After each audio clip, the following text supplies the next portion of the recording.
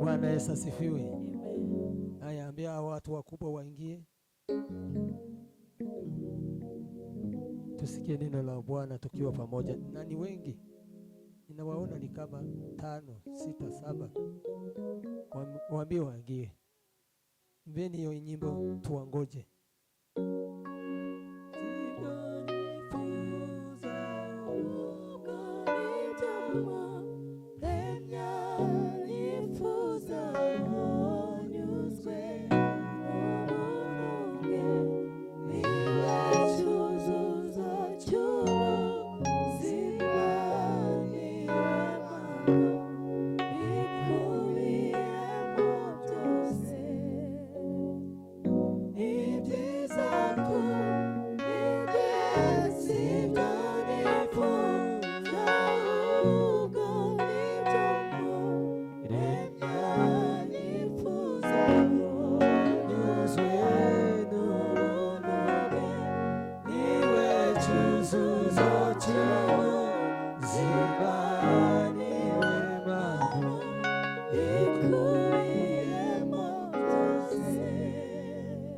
Bwana Yesu asifiwe. Amen. Suza mugenzi wawe. Greet your neighbor. Mubwira ngo ni karibu mu ijambo ry'Imana. Welcome in the word of the Lord. Mutesi.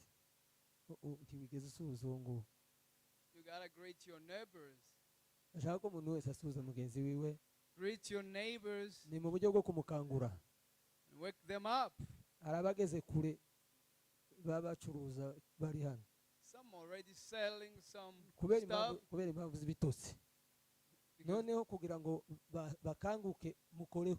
Umubwira ngo karibu mu ijambo ry'Imana. So touch your neighbor and tell him welcome in the word of the Lord. Usinzira muri kumwe ndamukubaza. Bwana Yesu asifiwe. Praise God. Ariko ntabo basinziriye aracyari kare ndiko hari ubushuhe ariko ntabo nabonye basinziriye nuko naringize ngo tuje kubana mu ijambo ry'Imana. Bwana Yesu asifiwe. Praise God. Ijambo rya mbere. The first word. Turashima Imana ko yaturinze kino cyumweru twese. I want to thank the Lord because he's been with us last week. Hari bamwe badukuwemo. Some of us lost their lives. Ariko Imana yarabyemeye. But it was God's intention. Ko ntabiba kuri twebwe Imana itazi. Because nothing happens to us without God's consent. Nakimwe bishobora kugera ku muntu namara ngo avuge ngo n'Imana ntibizi. Nothing can happen to a person and say that God doesn't know it. Ntabitubaho. Nothing happens to bishobora kuba impanuka imbere y'Imana. Which is an accident before God. Bwana Yesu asifiwe. Amen. Bwana Yesu asifiwe. Praise the Lord. Rero tuhaye pole umuryango wa Isaac. Therefore we give our condolences to the family of Isaac umwana kuwa kane who lost their child on Thursday. Nabuze ngo mukomeze kwihangana. Our condolences to you. Ariko kandi tunashimira Imana kuko yabashije kurinda umubyeyi. Again, we want to thank God because he has protected the mother. N'undi mwana yasigaranye. And the other twin left behind. Nibazima bameze neza. They are in good condition. Rero turashima Imana ko umubyeyi nawe ari muzima. So we want to thank God that they are doing pretty well. Twongera kandi gushimira Imana ku bantu bari barwaye mu bitaro benshi. Again, we want to thank God for those who were hospitalized. Mukecuru mama Rutingisha yari yagwaye. Our mother there.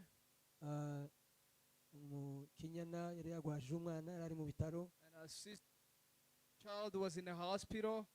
Ndangamyi. And brother Ndangamyi. Ni benshi abo nibo nabasha kugeraho mu bitaro. There are many, I guess. Na John twaravuganye kuri telefone. And including John, we spoke over the phone. Imana ishimwe kuko bagihari. I want to thank God that they are still alive. Imana mu ijuru ishimwe. Praise be to the name of the Bwana Yesu Lord. asifiwe. Amen. Kandi turashima Imana ko twateranye uyu munsi. Again, we want to thank God that we gathered today. Wo kwibuka Yesu. A very beautiful day to remember the Lord. Mwiza wo kwihana ibyaha. A day to repent our sins. Niba uzugaragaza gusiba amateraniro, if you get absent in a church, uzugaragaza umunsi wa mezuzi. Please try to be here when it's Holy Communion Day. Umunsi wo kubabarirwa ibyaha. It is a day of forgiveness. Umunsi wo gusaba Imana imbabazi. It is a day to ask Lord for forgiveness. Kandi tukazihawe. And then we receive the repentance. Bwana Yesu asifiwe. Amen. Imana mu ijuru ishimwe cyane. Therefore praise be the name of the Lord. Kubera impamvu z'umwanya.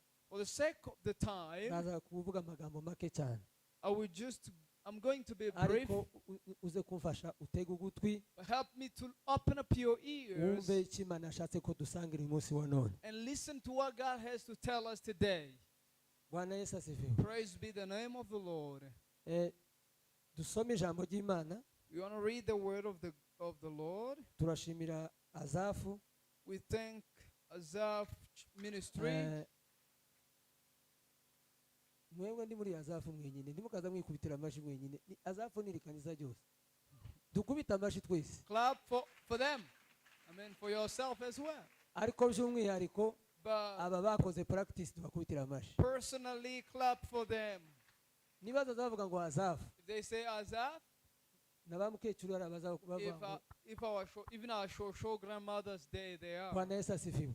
Amen. Dufite korali imwe. We've got one choir. Tukagira abayobozi gusa kabapita n'abandi nabaje musi barimo natwe turimo. We've got leaders including ourselves. Ubwo rero nimba twese turi Azafu, if we all are Azaf, naba Richard n'abayobozi. Meaning Richard is also a leader of Azaf.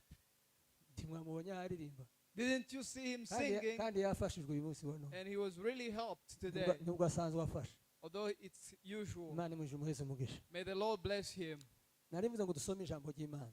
I want us to read the word of the Lord. Muza mwiga indirimbo z'igiswahili. Study Swahili songs and English. Kakujya muza mwigiza bambonyi. Just like you do. Kakujya muza mwigiza za nini? With the rest of the songs. Yeah. Ni za Christine. Bashaka and Christine. Uko niko kwiza. Yeah. Muza muziga mwige kugira ngo mujane ni. Learn those songs. Mwagize neza mwongere kandi amashimana mwisho. Ask for yourself and God bless you. Some ijambo ry'Imana mu rwandiko rwa Yohana. Let us read the word of the Lord in ibice bitandatu. Yohana ibice bitandatu. In the Gospel of John, umuntu aze kufasha asome ibice bitandatu murongo wa 22. 6:22. Akomeze turasoma birebire bukeya ariko ndituvuga byinshi. From 22 and go on. Yagire udusomera mu izina rya Yesu. Iby'umutsima w'ubugingo. Yes. Bukeye bwaho iteraniro ry'abantu benshi ryari rihagaze hakurya y'inyanja, bamenya yuko hari ubwato bumwe gusa kandi ko Yesu atikiranye n'abigishwa be muri bwo, ahubwo ko bagiye bonyine ubwabo. Nuko ayandi mato avuye Tiberiya amaze kwambuka afata bugufi bwaho baririye ya mitsima. Umwami Yesu amaze kuyishimira. Nuko abo bantu babonye ko Yesu n'abigishwa be badahari, bikira muri ayo mato ubwabo baja i Kaperinawumu kumushakirayo. Bamubonye hakurya y'inyanja baramubaza bati, mwigisha, waje hano ryari? Yesu arabasubiza ati, nukuri ndababwira yuko ibimenyetso mwabonye atari byo bituma mushaka, ahubwo ni ya mitsima mwariye mugahaga. Ntimukorere ibyo kurya bishira, ahubwo mukorere ibyo kurya bigumaho kugeza ku bugingo buhoraho, ibyo umwana w'umuntu azabaha, kuko se ari we Mana yamushiriyeho ikimenyetso cyayo. Simbuka usome kuri 35. You may jump and read from verse 35. Yesu aramubwira ati, nije mutsima w'ubugingo, uza aho ndi ntazasonza na hato, n'unyizera ntabwo azagira inyota na hato. Ekeruko simbuka usome 54. Again jump to 54. Urya umubiri wanjye akanywa amaraso yanjye aba afite ubugingo buhoraho, nanjye nzamuzura ku munsi w'imperuka. Amen. Kuko umubiri wanjye ari byo kurya by'ukuri, n'amaraso yanjye ari ibyo byo kunywa by'ukuri. soma 68. Read 68. Simoni Petero aramubaza ati databuja twaja kuri nde ko ari wowe ufite amagambo y'ubugingo buhoraho nawe Subira musubiramo. Simoni Petero aramusubiza ati databuja twaja kuri nde ko ari wowe ufite amagambo y'ubugingo buhoraho. Amen. Amen. Bwana Yesu asifiwe. Praise God. Mwakire ijambo ry'Imana. Receive the word of the Lord. Aya na magambo make tugiye kuganira. These are just few words we're about to share. Bwana Yesu asifiwe. Praise God. Iyo umuntu adafashe umutwe w'ijambo, When you don't get the heading of the word, ntibishoboka yuko kumva n'ijambo ry'Imana ryavuzwe. it's hard to understand the word spoken. Ni byiza kumva umutwe w'ijambo It's better to understand the topic kugira ngo bigufashe kumva ijambo ry'Imana. so that will help you understand the word of the Lord. Bwana Yesu asifiwe. Praise God. Ubwo rero uyu munsi wa none So today, turiga iyi mutwe w'ijambo uvuga ngo gushaka Imana. our topic is to seek the Lord. Amen. Amen. Bwira mugenzi wawe ngo gushaka Imana. Tell your neighbor to seek the Lord. Murebe mubwira ngo gushaka Imana. Look her or him in the eyes and Nicyo tell him to seek the Lord. twiga uyu munsi wa none. That's our topic today. Aya ni amagambo ya Yesu. These are words of Jesus Yari kumwe n'abigishwa be together with his disciples akabana n'abafarisayo. and Pharisees. Bwana Yesu asifiwe. Amen. Yesu yagendanye n'abigishwa be. Jesus walked with his disciples Agendana n'abandi bantu benshi. and he walked with other people. Bwana Yesu asifiwe. Amen. Umunsi umwe Yesu But one day, yari ari ku musozi arimo abwiriza. he was preaching at the mountain, Abantu baba benshi. and people were many. Abantu baba benshi. Yabona igikundi cy'abantu benshi. There were a lot of crowdy people. Baza bamusanga. They came towards Jesus. Arangije kuko bwari bwije. Then it was late. Yesu abwira abigishwa biwe. Jesus told his disciples, Arabwira ati se naho tubasha kugura ibi biryo kugira ngo tugaburire abantu. is there anywhere we can buy food to feed people? Ariko nasomye ijambo ry'Imana. But where we read the Yavuga ngo word, Yesu yari ko agerageza Jesus was testing kuko yari azi icyo agomba gukora. because he knew exactly what he was about to do. Ababwira iryo jambo. And he told them the Arabwira ati se word. niyo twabona ibiryo kugira ngo tugure He said, where can we find food to buy tugaburire abantu. and feed the people? Barangije baravuga ngo hano hari umwana ufite ife ebyiri. And they said, there's a little boy with 2 fish here. Bwana Yesu asifiwe. Amen. N'imigati 5.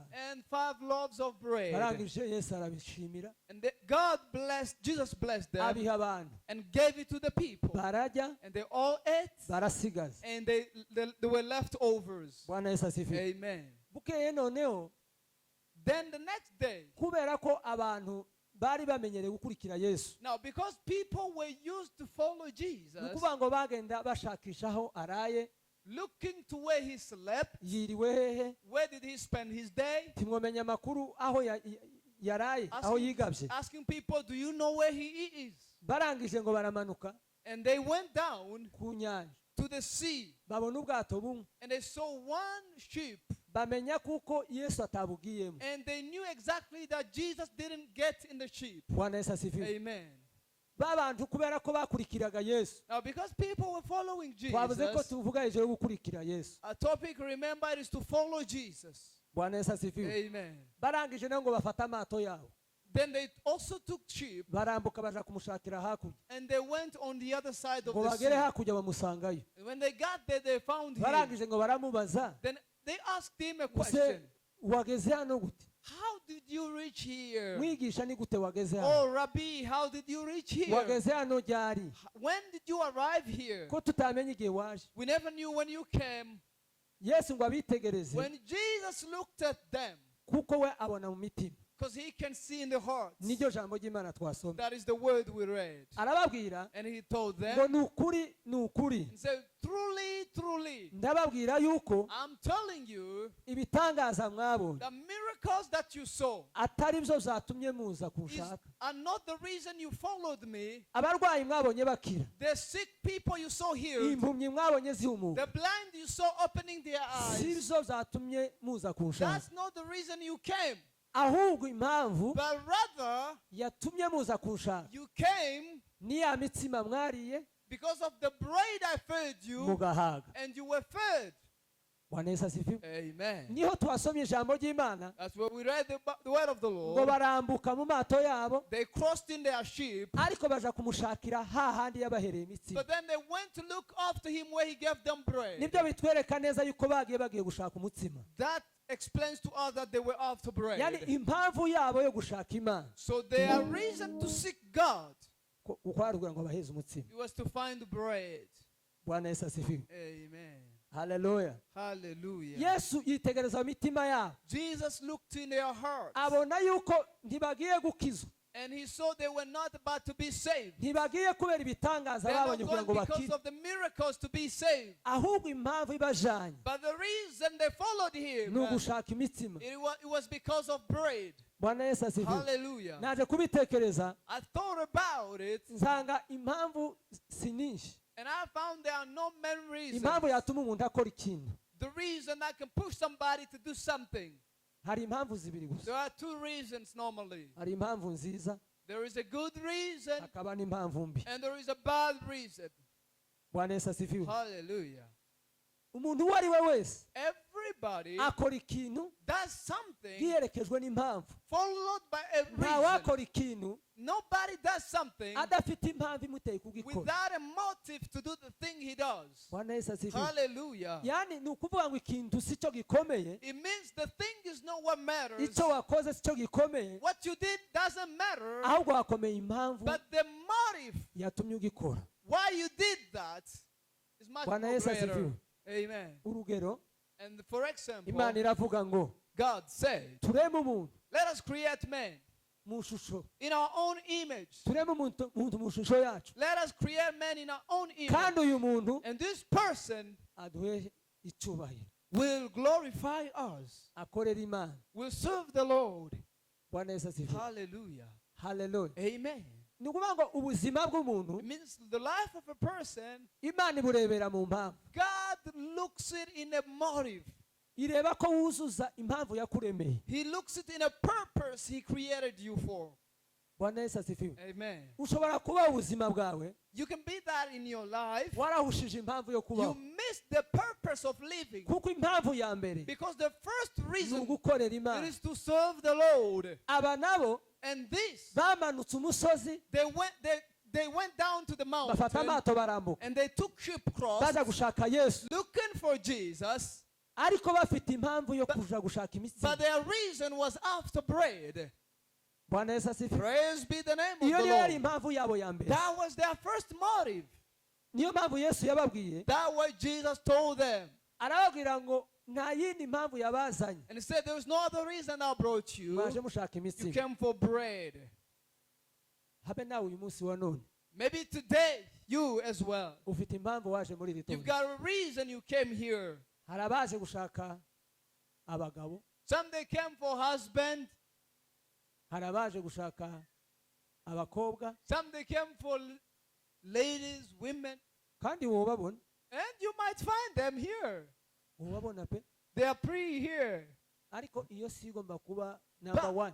But that should never be the first priority. Bwana Yesu asifiwe. Amen. Hari abaje gushaka icyubahiro, Some they came here for glory and honor. ariko ni ukuvuga ngo biradukwiriye kumenya impamvu turi mu nzu y'Imana. But we gotta know the reason why we are in the house of the Yesu Lord. nawe amaze kwitegereza bari abafarisayo So- n'abayuda, Jesus, when he looked at the Pharisees, asanga baje gushaka imitsima, they came after bread.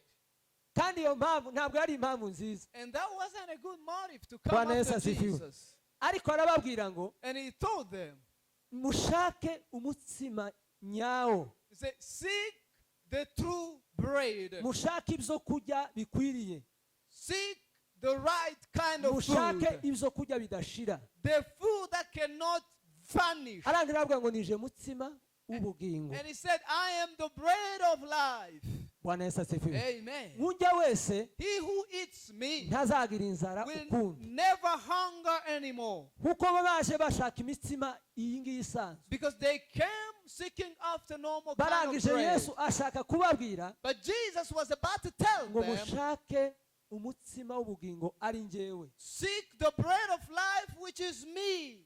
Bwana Yesu asifiwe. Praise God. Hallelujah. Hallelujah. ni ukuvuga ngo umuntu wese agomba kwibaza impamvu y'ibyo ahaye akora. It means everybody should ask himself the reason of the things he does. Nibyo waraje uba mu nzu y'Imana. Yes, you came in the house of God. Waraje uba umuririmbyi. You came, you become a singer. Waraje uba You umunyamasengesho. became a prayer warrior. Ariko se ni iyihe impamvu yatumye uza mu nzu y'Imana? But what is the reason that brought you in the house of God? Ushobora kumera nk'aba bafarisayo. You might be like the Pharisees. Kuko baciye mu nzira nyinshi bashaka Yesu. Because they went in so many multiple Ariko ways impamvu yabo asking kwari Jesus. gushaka imitsima ngo bajye bahage. But their main reason was after bread. Yesu arababwira ngo nije mutsima And w'ubugingo. Jesus told them, I am the bread of life. Unjya wese He ntazongera who kubwiza eats rukundo. me will never hunger. Bwana Yesu asifiwe. Hallelujah. Urashobora kuba mu nzu y'Imana, You might be in a house of God, ariko impamvu itumye ubamo atari nziza. but the reason you are in is not good. Bwana Yesu asifiwe. Amen. Urashobora kuba mu murimo You w'Imana can be in the work of the Lord, atari kubw'impamvu nziza. but not with a good intention. Impamvu Imana yishimira. But the intention that pleases Kuko God, icyo Imana yishimira because what pleases God, ni ugushaka Imana. it is to seek the Ni Lord, ugushaka umutsima w'ubugingo. it is to seek the bread of life. Yesu yarangije kubivuga, Jesus said it, abantu basubiranamo, and people spoke baravuga between ati se themselves.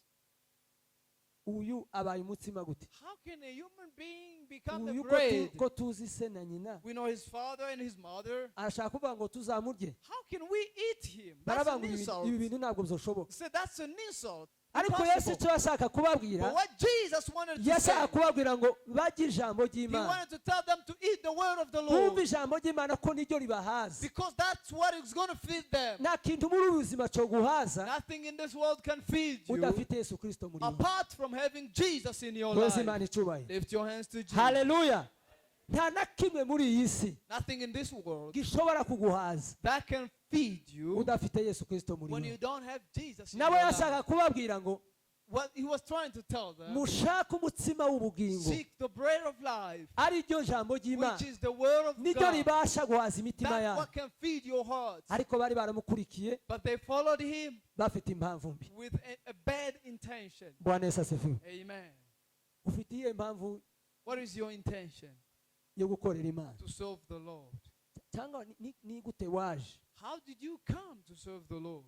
Waje ushaka iki? What did you come for? Waje ushaka ibitangaza? Did you come for miracles? Waje ushaka umutsima? Did you come for bread? Waje ushaka abazabana nawe mu jago? Did you come to seek for Waje people ushaka aho uzakorera ubukwe? where you will do your wedding? Bwana Yesu asifiwe. Amen. Izo zose si impamvu All of those zo kuba mu nzu are y'Imana. not the reasons to be in the house of the Lord. Bwana Yesu asifiwe. Amen.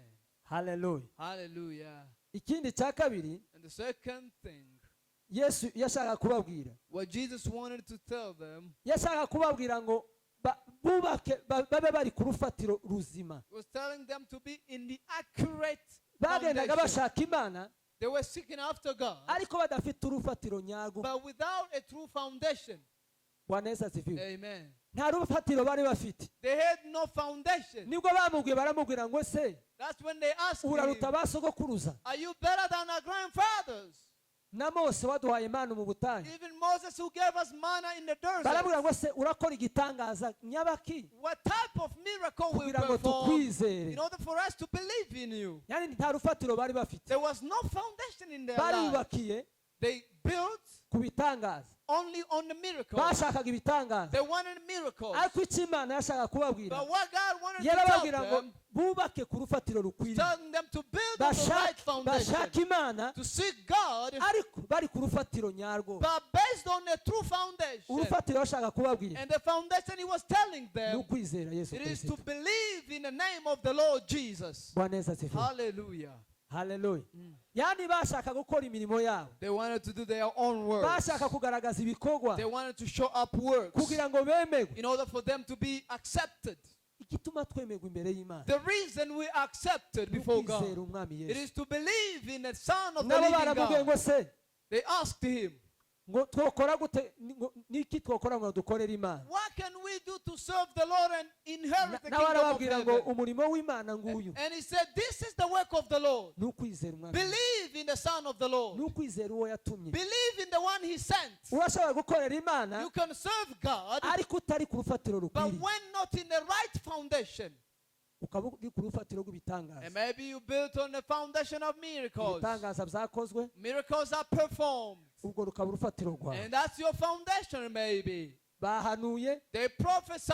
ubwo rukaba urufatiro Maybe rwawe. that's your foundation. nibadahanura If they don't prophesy, uzasenyuka, you will walk away. uzosohoka You will ikanisa. walk away out of church. ubwo si urufatiro rw'umukristo. That is not a foundation of a believer.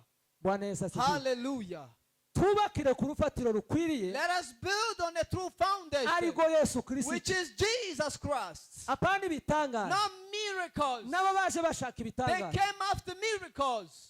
Amen. kuko Hallelujah. baramubwiye ngo urakora ikihe gitangaza Because- kugira ngo dukunde tukwizere. Because they asked him, one miracle will perform in nawe order for us to arababwira ngo believe in you. umurimo nguyu imbere And he yanyu said, this is the work before ni you. ukugira ngo mwizere umwami Yesu. Believe in the one he sent, Jesus Christ. Bwana Yesu asifiwe. Hallelujah. uri kuri uruhe rufatiro? What is your foundation, brother? urufatiro rwawe ni uruhe? What is your foundation, sister? Bwana Yesu asifiwe. Hallelujah. niba urufatiro rwawe atari Yesu Kristo, If your foundation is not Jesus, inzu yawe your house yubatse ku musenyi, is built on a sand. umuyaga The uzahuha, wind will blow. imvura izagwa, The rain will fall. imivu izatemba, The storm will come. uzasenyuka And you will kuko collapse. utubatse ku rufatiro. Because you're not built on a true foundation.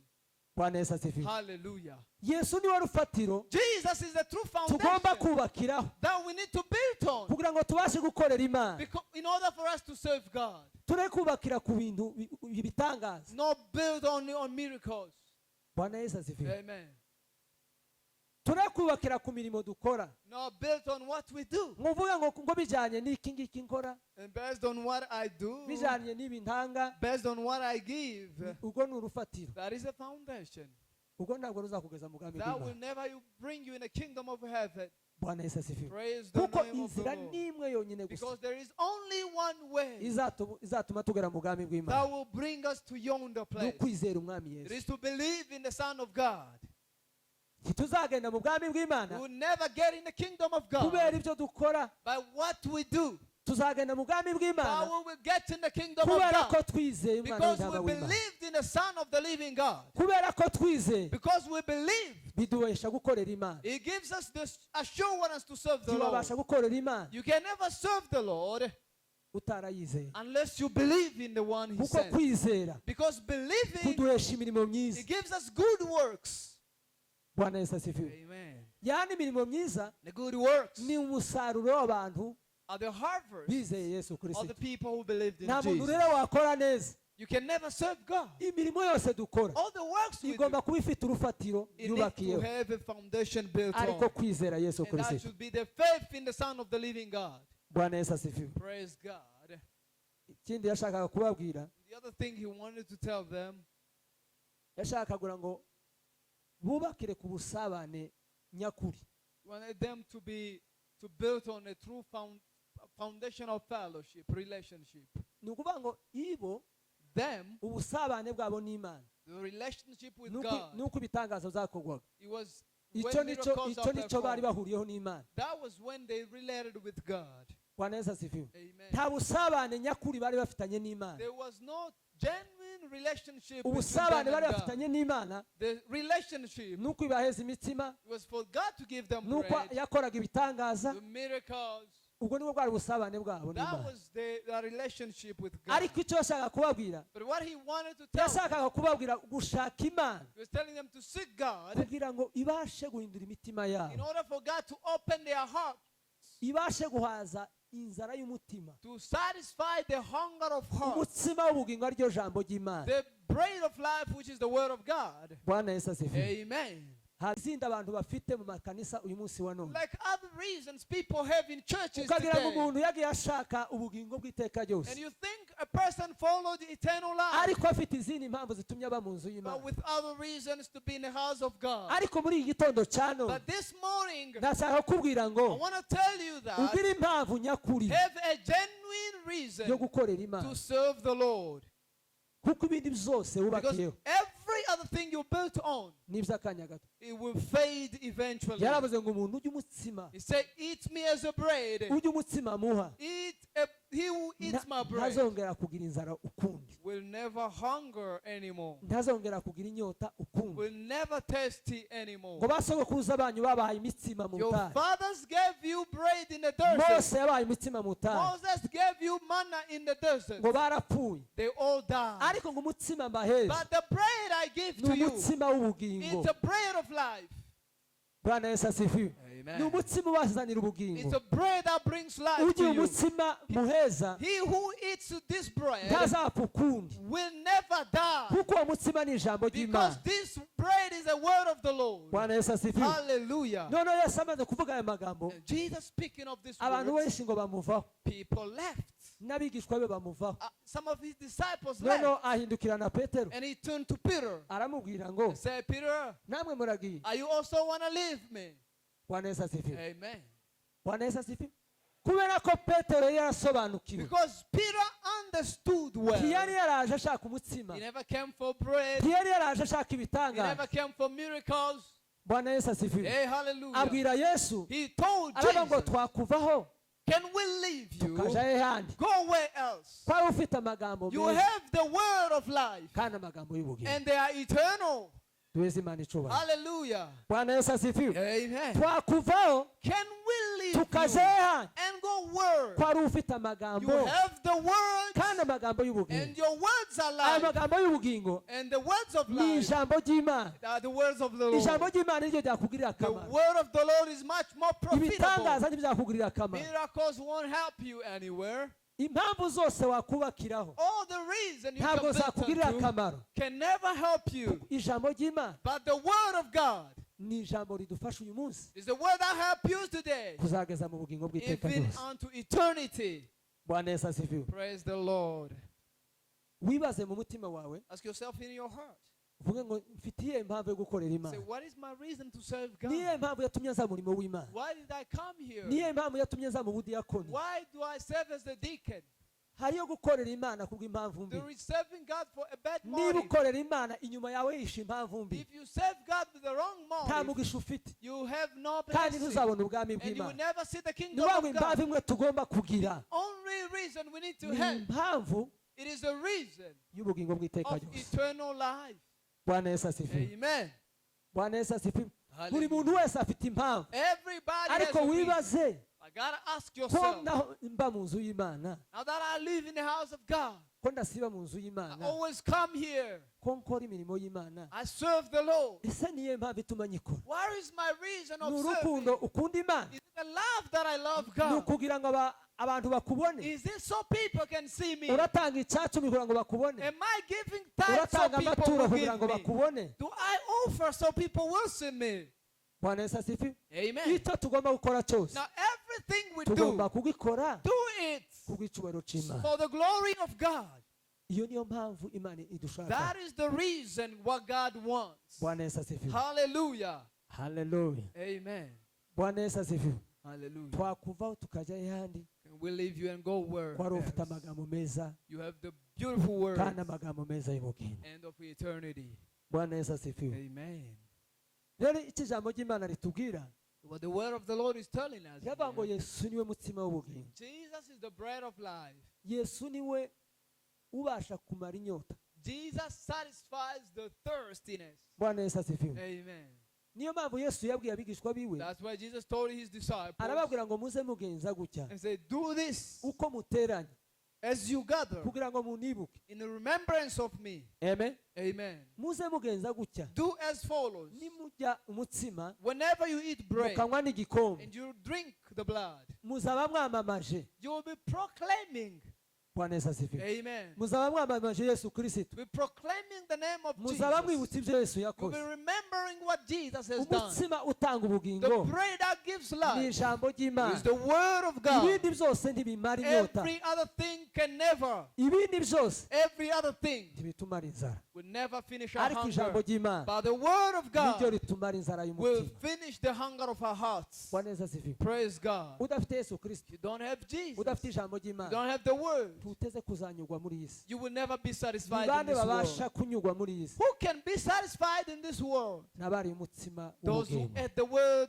and the bread of life. N'abumva ijambo ry'Imana. Those who heard the word of God. Aba ngo ntibazapfa. These will never Kandi die. abo ngabo And those, reba ngo umuntu urya umutsima he w'ubugingo who eats the bread of life ngo ntazapfa. will never Ngo die. kandi naje ubwanje And I ngo myself, nzamuzura ku munsi I will w'imperuka. raise him on a day of rapture. Bwana Yesu asifiwe. Amen. Imana mu ijuru baheze umugisha. May the Lord bless you. Mwakire ijambo ry'Imana. May you receive the word of God. Reka saba pasiteri batambuke I will ask pastors to come tugire forward umwanya wo